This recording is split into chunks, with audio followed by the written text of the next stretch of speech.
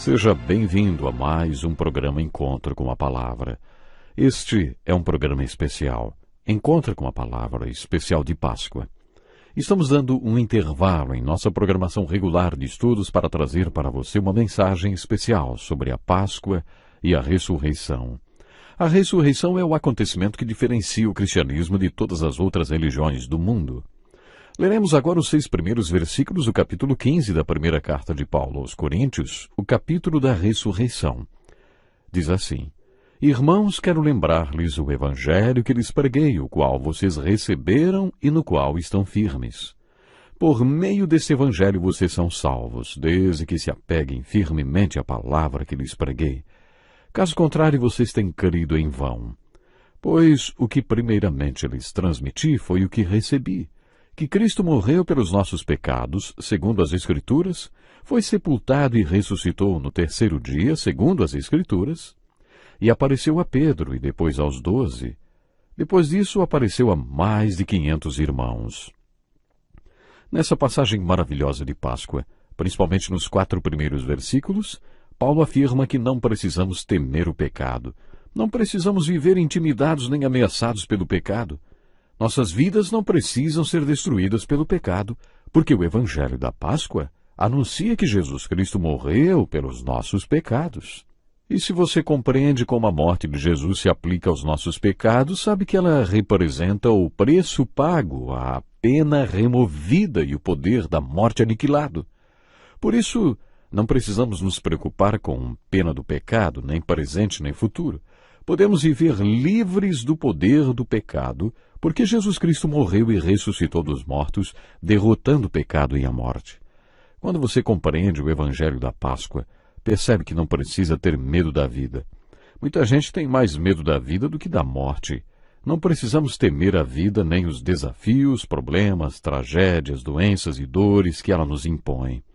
Não precisamos temer a vida porque Jesus Cristo levantou dos mortos. Porque Ele vive, também podemos viver. No versículo 20 de Gálatas capítulo 2, Paulo exclama com entusiasmo 3 vezes: Eu vivo, eu vivo, eu vivo agora. Eu vivo porque Cristo vive em mim. Durante a última ceia, Jesus compartilhou este grande mistério e este segredo com os apóstolos e anunciou que depois de sua morte ele seria levantado dentre os mortos e por isso, porque ele vive, nós também viveremos. Paulo mostra que o segredo da vida cristã é Cristo viver em nós. Se não fosse pela ressurreição, isso seria impossível, mas Jesus ressuscitou e vive em nós. Esta é a grande realidade e a dinâmica do cristianismo. Nosso Salvador vive em nós e nós também vivemos, porque Ele vive e vive em nós. Se você entender essa verdade, vai entender sim, vai compreender a mensagem da Páscoa, que afirma que não precisamos temer a vida. Esta é a ênfase da mensagem da Páscoa. Como não precisamos temer o pecado nem a vida, também não precisamos temer a morte. Esta é a mensagem do capítulo da Páscoa, o capítulo 15 de 1 Coríntios.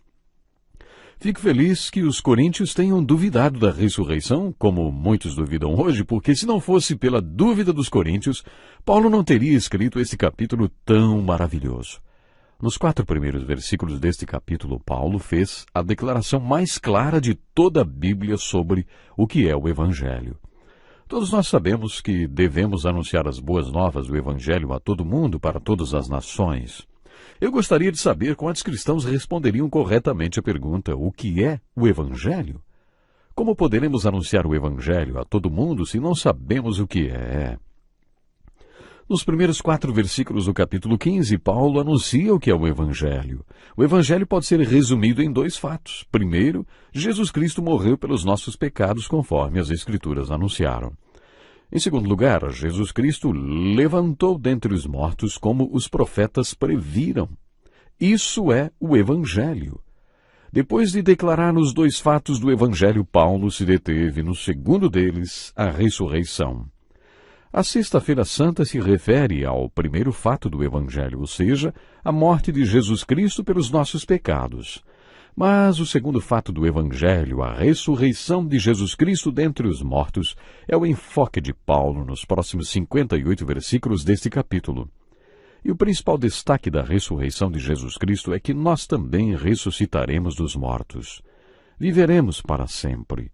Isso foi provado pela ressurreição de Jesus Cristo.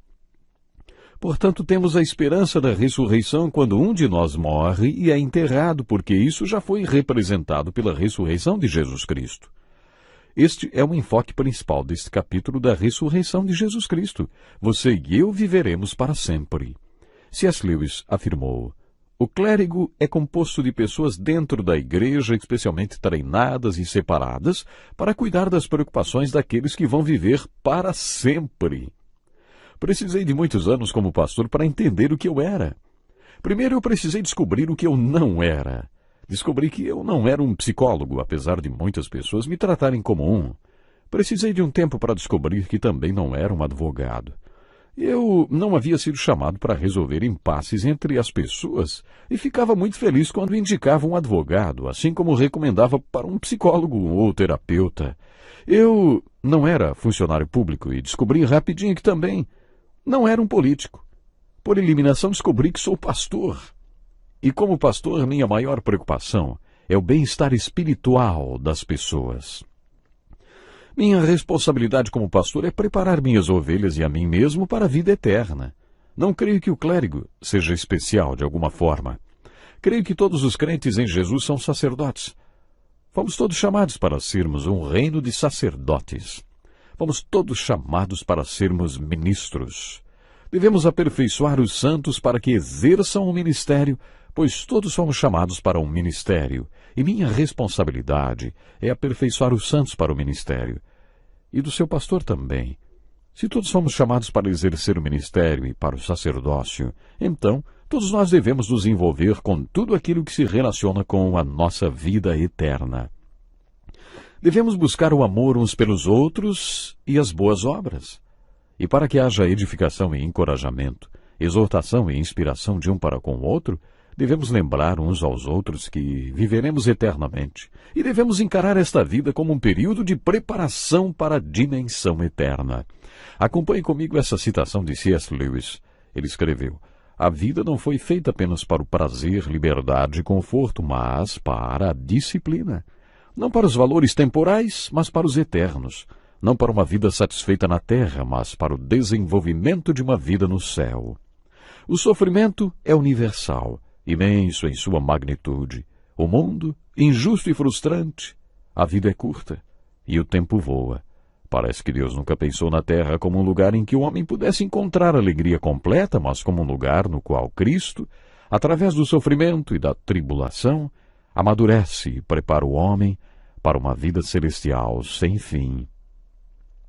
Esta é a mensagem central da Páscoa.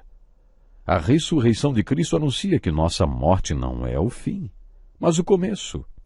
O velório do cristão deve ser encarado como um tipo de formatura, porque, na verdade, a dimensão eterna começa quando essa dimensão que chamamos tempo se acaba.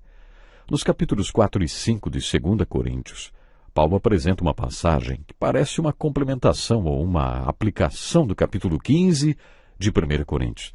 Uma senhora da minha igreja me prestou um grande favor quando pediu que fossem lidos esses 2 capítulos durante seu velório. Eu tenho sido edificado por esses capítulos. Acompanhe comigo mais um texto de C.S. Lewis, parafraseando esta passagem bíblica. Eu que estou me referindo aqui a 2 Coríntios, capítulos 4 e 5, mas C.S. Lewis parafraseou de uma forma incrível. Ele escreveu assim: este tesouro precioso, esta luz e este poder são mantidos em um recipiente perecível, nossos frágeis corpos, para que todos entendam que o poder que temos vem de Deus. Por isso somos pressionados de todos os lados por problemas, mas não destruídos. Nos levantamos e continuamos nossa jornada. Ficamos perplexos porque não compreendemos porque as coisas acontecem do jeito que acontecem, mas não desistimos. Quando perseguidos, Deus nunca nos abandona. Às vezes somos derrubados, mas sempre nos levantamos e continuamos. Nossos corpos enfrentam constantemente a morte, e isso nos deixa perplexos. Portanto, que fique claro para todos nós, a única coisa que nos mantém prosseguindo é o Cristo vivo dentro de nós. É verdade Vivemos constantemente em perigo porque servimos ao Senhor, mas isso nos dá oportunidades de mostrar o poder de Jesus Cristo em nossos corpos mortais. E é por isso que jamais desistimos. Antes, o nosso homem interior é renovado a cada dia. Os problemas e sofrimentos que enfrentamos são pequenos e não vão durar para sempre. E mais, este curto período de tribulação resultará em bênçãos eternas sobre nós. Por isso não fixamos nosso olhar naquilo que vemos agora, em todos os problemas que nos rodeiam, mas olhamos para frente, para as alegrias celestiais que ainda não visualizamos. Em breve os problemas se acabarão, mas a alegria que virá será eterna. Porque sabemos que este corpo que habitamos agora será consumido quando morrermos e teremos outro corpo no céu. Moraremos no lar feito por Deus especialmente para nós. Por isso desejamos ansiosos pelo dia em que teremos nossos corpos celestiais, e será como se puséssemos roupas novas, pois não seremos mais meros espíritos sem corpos. Este corpo terreno nos deixa cansados e desanimados, mas não gostamos de pensar na morte nem em espíritos sem corpos. Queremos habitar nossos corpos novos, já que estes corpos mortais serão consumidos pela vida eterna. É isso que Deus tem preparado para nós. Como garantia, Ele derramou sobre nós o Espírito Santo. Por isso olhamos com confiança para nossos corpos celestes, sabendo que, a cada momento que passamos nesse corpo terreno, estamos mais próximos do nosso lar eterno com Jesus. Temos certeza disso pela fé, não porque vimos. Por isso não temos medo, mas nos alegramos com a morte, porque através dela estaremos finalmente em casa com o Senhor. Portanto, nosso objetivo é sempre agradar a Deus em tudo o que fazemos, quer nesse corpo ou fora dele, com Jesus no céu. É isso que faz nossa vida realmente ter valor. A vontade de agradar a Deus em tudo. Infelizmente temos que encerrar o programa de hoje. Deus lhe abençoe e até lá. Este é um estudo escrito pelo Dr. Dick Woodward, na voz do pastor Edson Bruno.